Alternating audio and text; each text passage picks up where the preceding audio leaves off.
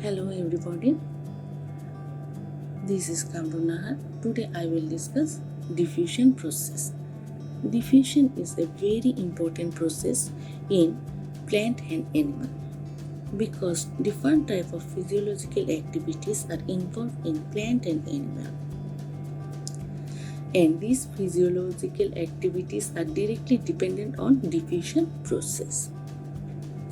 First I say that all matters are consist of molecules.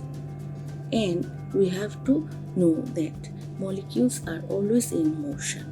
But the motion of molecules are very fast in liquid and gas.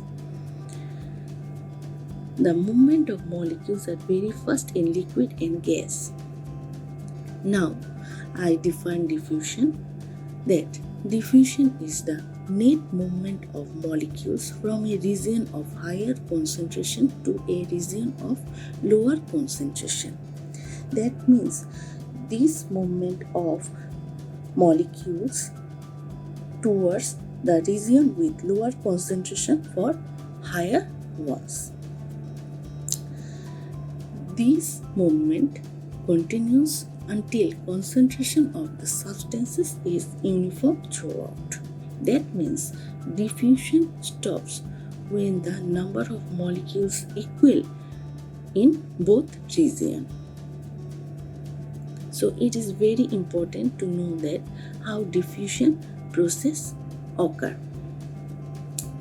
Diffusion process, that means the movement of molecules occurs from a region of higher concentration to a region of lower concentration.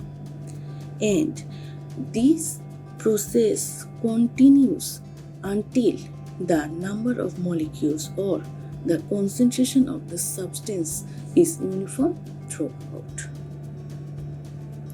Thank you, everybody.